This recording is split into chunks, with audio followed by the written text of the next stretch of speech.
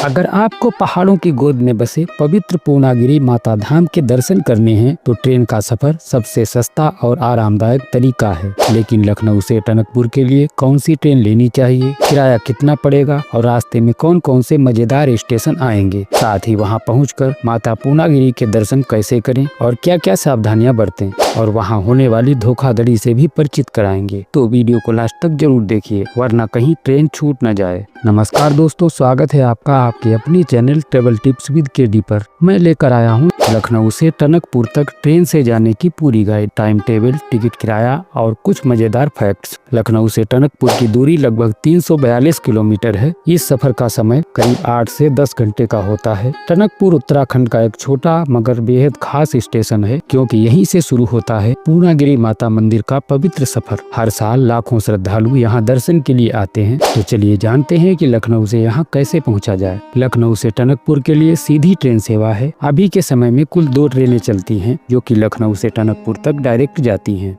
सबसे पहली ट्रेन है त्रिवेणी एक्सप्रेस, ट्रेन नंबर 15073 15073। ये सप्ताह में 3 दिन बुधवार, शुक्रवार और रविवार को लखनऊ चारबाग से सुबह 8:05 पर प्लेटफार्म नंबर 4 से रवाना होती है और 7 घंटे 25 मिनट बाद शाम 3:30 पर टनकपुर पहुंचा देती है। इस ट्रेन के स्लीपर क्लास का किराया 230 रुपए, थर्ड एसी इकोनॉमी क्लास 575 रुपए, सेकेंड एसी क्लास का किराया 880 रुपए है, जिसमें रिजर्वेशन और जीएसटी चार्ज शामिल नहीं है। किराए की अधिक जानकारी के लिए रेलवे की वेबसाइट जरूर चेक करें। अगली ट्रेन है 15075 15075 त्रिवेणी एक्सप्रेस। ये ट्रेन सप्ताह में 4 दिन सोमवार, मंगलवार, गुरुवार और शनिवार को लखनऊ चारबाग से सुबह 8:05 पर प्लेटफार्म नंबर 4 से प्रस्थान करती है और 7 घंटे 25 मिनट बाद शाम 3:30 पर टनकपुर पहुंचा देती है। ये दोनों ट्रेनें त्रिवेणी एक्सप्रेस हैं, सिर्फ ट्रेन नंबर अलग अलग है। ट्रेन नंबर 15073 सिंगरौली से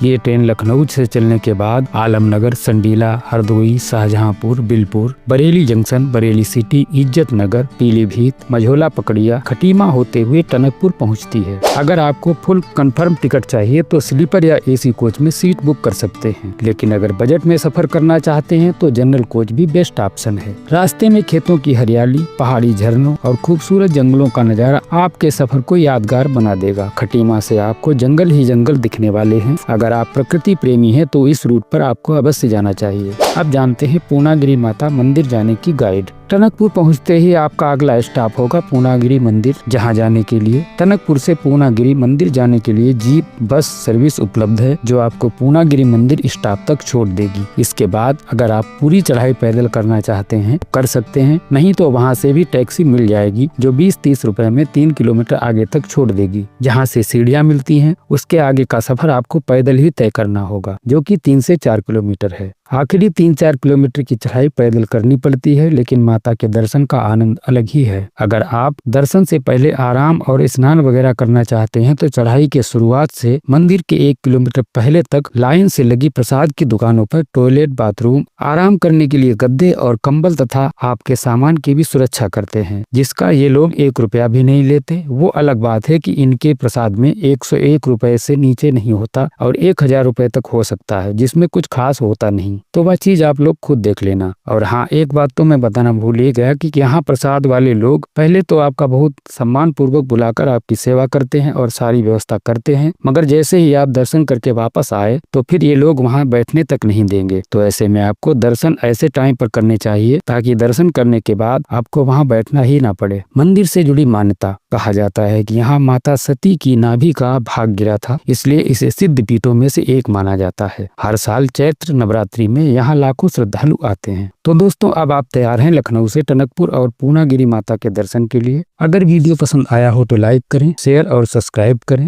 और कमेंट में बताएं आपको इस सफर का कौन सा हिस्सा सबसे ज्यादा पसंद आया। मिलते हैं अगले मजेदार सफर में, तब तक के लिए धन्यवाद।